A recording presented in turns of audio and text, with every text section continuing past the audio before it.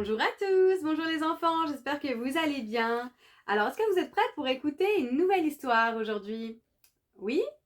Très bien, alors installez-vous confortablement et soyez attentifs.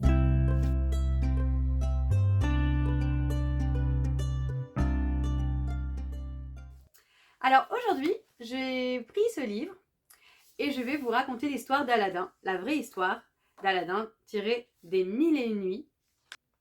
C'est parti! Aladin ou la lampe merveilleuse. Aladin traînassait à ne rien faire, comme d'habitude, lorsqu'un étranger, au regard perçant, l'aborda dans la rue. Il était vêtu d'habits richement brodés et avait une longue barbe. « Es-tu Aladin, le fils du tailleur ?»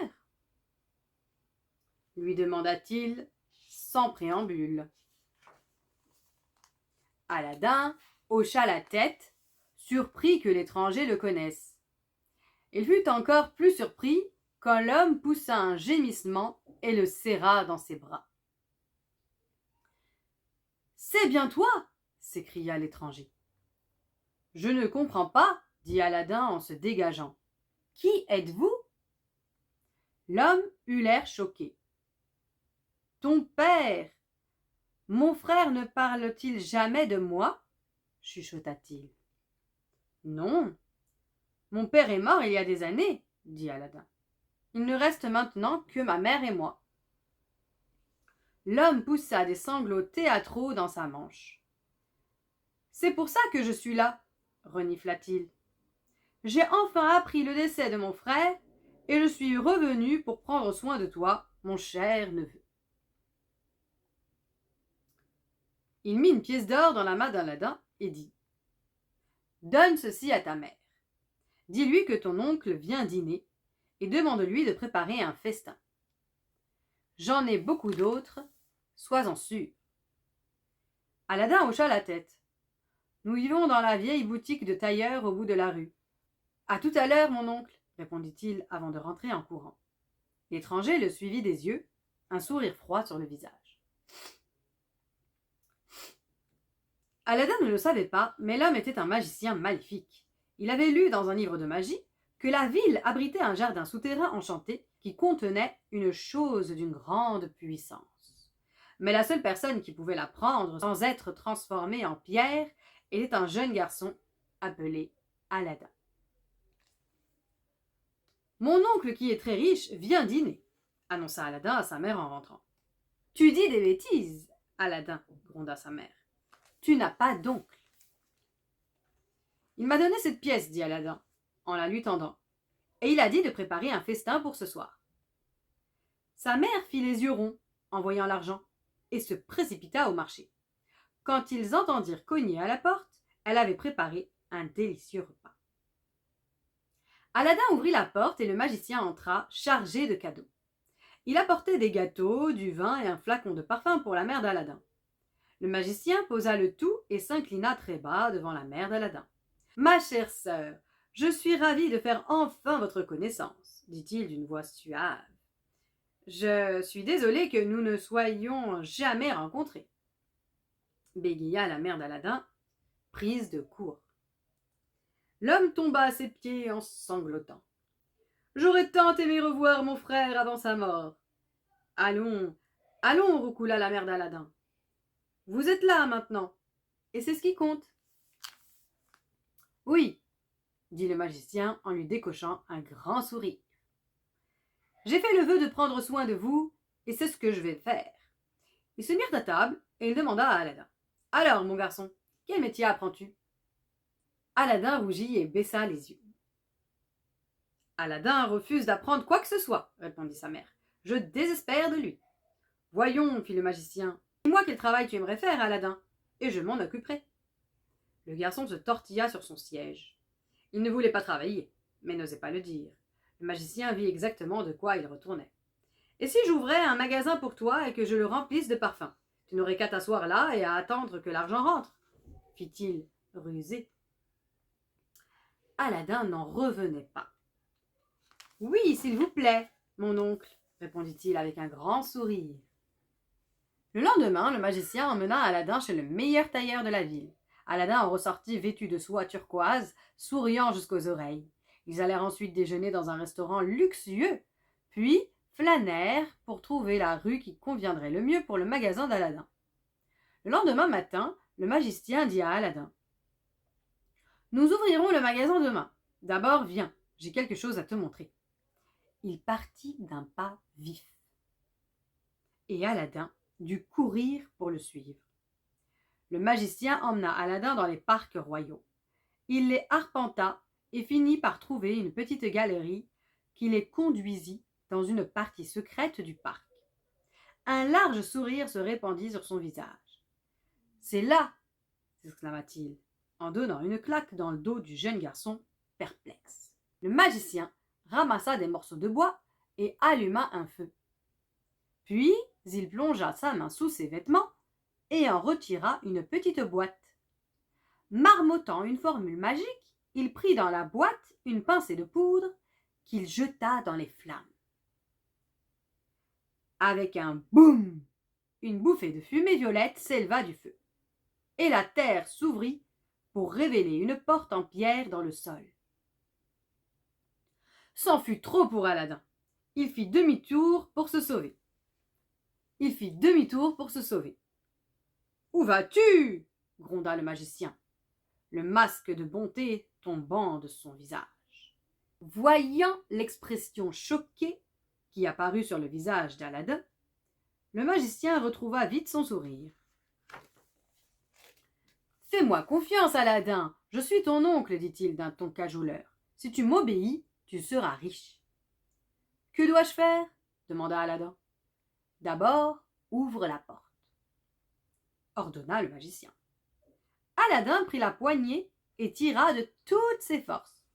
À sa grande surprise, la porte s'ouvrit facilement pour révéler un trou profond. « Comme prévu dans le livre, » pensa le magicien avec un sourire intérieur. « Maintenant fais attention, dit le magicien. Tu trouveras au fond une lampe à huile et une foule de trésors.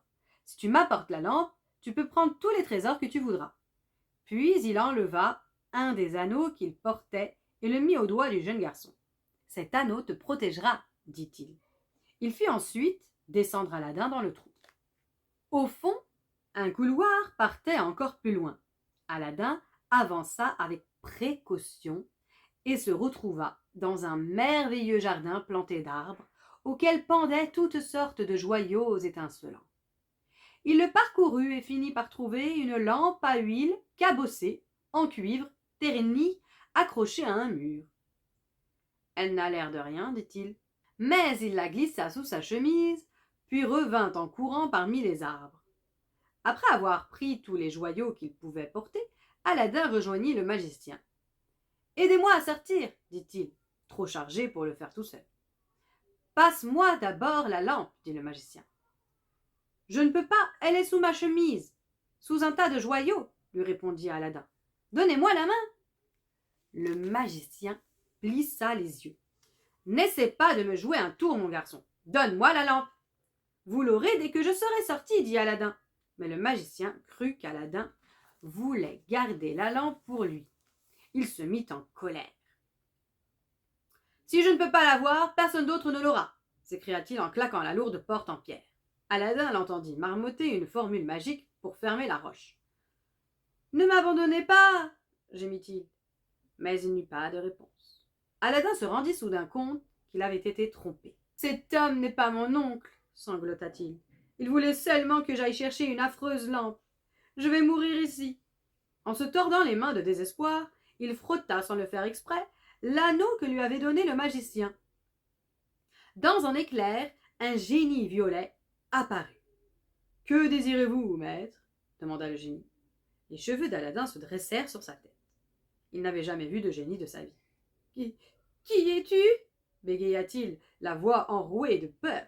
« Je suis le génie de l'anneau, » dit le génie.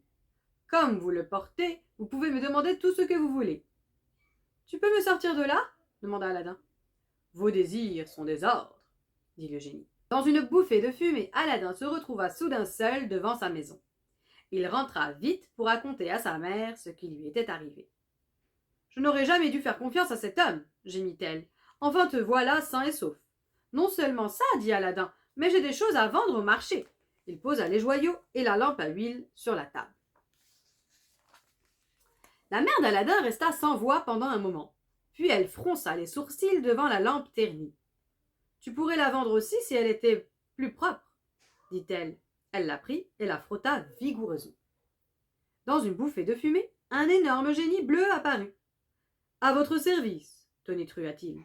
En le voyant, la mère d'Aladin s'évanouit. Celui-ci, qui s'était maintenant habitué au génie, dit « Apporte-nous à manger, s'il te plaît. »« Vos désirs sont des ordres, dit le génie. En un clin d'œil, il disparut, puis réapparut, chargé de plats en or, qui présentaient un festin de roi. Il les posa sur la table et disparut de nouveau. Aladin éventa le visage de sa mère. « Est-il reparti ?» demanda-t-elle lorsqu'elle eut repris ses esprits. « Ne t'en fais pas, dit Aladin, mangeons. » Jamais ils n'avaient mangé de mets aussi délicieux. Quand ils eurent fini, Aladin examina les assiettes. « Elles doivent bien valoir quelque chose, dit-il. Sont-elles vraiment à nous ?» demanda sa mère. « N'est-ce pas un génie ? À mon avis, il vaudrait mieux ne pas avoir affaire à lui. Débarrassons-nous de la lampe. »« Non !» s'écria Aladin. « Grâce à cette lampe, nous aurons ce que nous voulons. Quand nous le voulons. » Cet après-midi-là, Aladin alla vendre les assiettes au marché et rentra chez lui bien plus riche qu'avant. Quand sa mère vit l'argent qu'il avait gagné, elle décida qu'après tout, il pouvait garder la lampe. Pendant quelques semaines, ils vécurent heureux. Tous les soirs, le génie lui apportait un délicieux repas et le matin, Aladin vendait les assiettes dans lesquelles ils avaient dîné. Avec sa mère, il avait les moyens d'acheter tout ce qu'il voulait et bien d'autres choses encore. Un jour, qu'Aladin se rendait au marché, il vit qu'une foule immense s'y était rassemblée. « Place !» cria une voix tandis qu'un cortège royal apparaissait. Sur la place du marché, tout le monde baissa la tête sauf Aladin qui tendit le cou pour voir. Un marchand de fruits lui souffla. « Baisse la tête avant qu'on te la coupe. La princesse arrive. » Aladin baissa la tête, mais quand le carrosse passa, il jeta un coup d'œil à l'intérieur. En voyant la princesse, il se sentit ivre de ravissement. Sa beauté dépassait tout ce qu'il aurait pu imaginer. Il rentra chez lui sur un nuage de bonheur. « Qu'est-ce que tu as ?» s'inquiéta sa mère. « Je suis amoureux, dit Aladin d'un air rêveur. »« De qui ?» demanda sa mère. « De la fille de l'empereur, répondit Aladin. Sa mère pâlit. « Il suffit de la regarder pour être condamné à mort, dit-elle. »« Je vais l'épouser, répondit Aladin. Sa mère en resta bouche bée. « Es-tu devenu fou ?» murmura-t-elle. « Non, répondit Aladin. Dans un sursaut d'activité, il rassembla tous les joyaux dans un bassin en or. « Pourrais-tu, s'il te plaît, les apporter en cadeau à l'empereur et lui demander la main de la princesse en mon nom ?» demanda-t-il. Sa mère s'assit à la table. « Comment veux-tu que j'aille demander à l'empereur de donner sa fille unique en mariage à un fils de tailleur ?» demanda-t-elle. Mais Aladin s'entêta, et sa mère fit ce qu'il demandait. Elle se jeta à genoux devant l'empereur et dit « Avant de demander ce que je suis sur le point de demander, il faut que je vous demande pardon de le demander. » L'empereur réprima un sourire. « Ne t'en fais pas, dit-il, je ne vais pas me mettre en colère. »« Très bien, répondit la mère d'Aladin. Je suis venu demander votre fille en mariage pour mon fils. »« Quelle impertinence !» tonna l'empereur. Un murmure d'approbation parcourut la salle. La mère d'Aladin découvrit alors le bassin plein de joyaux. « Il m'a demandé de vous donner ceci, ajouta-t-elle. L'éclat des pierreries éclaira toute la salle, et le murmure se transforma en un cri d'étonnement. « Je n'ai jamais vu d'aussi beaux joyaux, reconnut l'empereur, époustouflé. » À ce moment, le conseiller de l'empereur se racla bruyamment la gorge. L'empereur avait accordé la main de la princesse à son fils, et il ne voulait pas que sa majesté oublie sa promesse. L'empereur le regarda, puis répondit à la mère d'Aladin. « Je te remercie de ton cadeau. Reviens dans un mois, et je réexaminerai ta demande. » La mère d'Aladin rentra chez elle en hâte pour le dire à son fils. « Ça veut dire oui !» se réjouit-il. Il prit sa mère dans ses bras et la fit virevolter dans la pièce. Aladin garda le sourire toute la semaine, mais un jour, alors qu'il se rendait au marché, il vit que les rues étaient décorées de drapeaux. « Que se passe-t-il » demanda-t-il à une femme. « Tu te réveilles » fit-elle. « La princesse a épousé le fils du conseiller de l'empereur ce matin. » Aladin la fixa d'un air étonné. « Mais on me l'a promise » protesta-t-il. Il rentra chez lui en courant sous une tempête de rire. Toute la journée, Aladin se promena de long en large, en se demandant quoi faire. Le soir, quand sa mère se fut couchée, il frotta la lampe. « Je veux que tu m'amènes la princesse, dit Aladin au génie, et que tu déposes son mari au sommet d'une montagne en Égypte. »« À votre service, répondit le génie.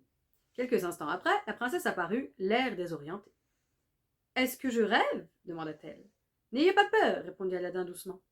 Asseyez-vous près de moi et parlons. » La princesse s'assit craintivement, et Aladin se mit à lui raconter des histoires de son enfance.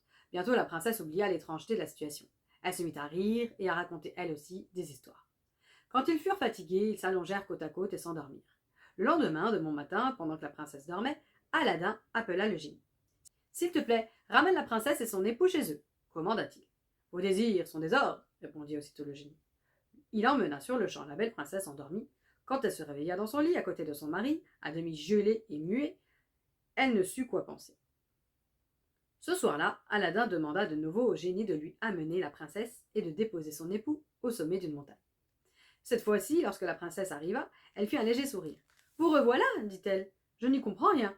Mais comme je suis là, autant que vous me racontiez d'autres histoires. » Ils devisèrent tard dans la nuit. Quand la princesse s'endormit enfin, Aladin contempla ses longs cheveux noirs qui descendaient en cascade sur ses épaules. « Qu'elle est belle, se dit-il. J'espère que mon plan va marcher. » Lorsque la princesse se retrouva avec son époux frissonnant dans leur chambre, le deuxième matin, ils ne trouvaient rien à se dire. La troisième nuit, quand la princesse apparut dans la maison d'Aladin, elle eut un sourire enchanté. « Vous êtes beaucoup plus amusant que mon mari glacial et ennuyeux, dit-elle. Comme je voudrais passer mes jours avec vous au lieu de seulement en rêver. » Le lendemain matin, au petit déjeuner, l'empereur vit l'air morose de la princesse et de son nouvel époux. « Ça ne va pas ?» demanda-t-il. Le fils du conseiller explosa. « Je n'en peux plus. Je me refuse à passer toutes les nuits au sommet d'une montagne enneigée pour le restant de mes jours. Je désire mettre fin à ce mariage et tout de suite. » Perplexe, l'empereur se tourna vers sa fille, qui hocha la tête. « Très bien, dit-il, et le mariage fut annulé. » Le lendemain, la mère d'Aladin rendit une nouvelle visite à l'empereur. Elle s'approcha craintivement du trône et s'inclina devant lui. « Vous m'aviez dit de revenir dans un mois, dit-elle. Me voici donc. Votre Majesté, mon fils peut-il épouser votre fille ?» L'empereur lui jeta un regard las. Le mariage de sa fille avait été un échec, mais il n'allait pas pour autant la donner à n'importe qui. « Si ton fils m'apporte 40 bassins en or remplis de pierreries, portés par 40 danseuses, il pourra demander la main de ma fille. » La mère d'Aladin rentra d'un pas vif. 10 minutes après, un bruyant tintamarre se fit entendre dehors, et le conseiller de l'empereur accourut dans la salle du trône pâle et tremblant. « Que se passe-t-il » demanda l'empereur. « Votre Majesté, vous feriez mieux de venir voir vous-même, répondit-il. Dehors, l'empereur n'en crut pas ses yeux.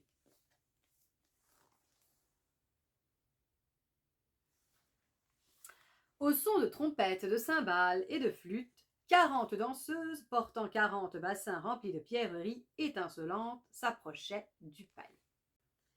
Derrière venaient 40 éléphants, avec 40 musiciens sur le dos. Au milieu, sur un cheval blanc, se trouvait Aladin, l'air d'un vrai prince. Il distribuait des pièces d'or aux habitants de la ville qui l'acclamaient. L'empereur vint l'accueillir. Aladin descendit de son cheval et s'inclina. « Votre Majesté, je suis venu demander la main de votre fille, dit-il. L'empereur ne put que hocher la tête. Il fit signe qu'on lui amène sa fille. Quand elle vit Aladin, elle ne put s'empêcher de sourire.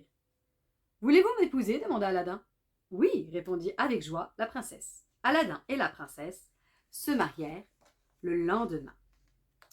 Durant le repas de noces, l'empereur se confia à Aladin. « Ma fille m'est très précieuse. Je veux que vous promettiez de bien vous occuper d'elle.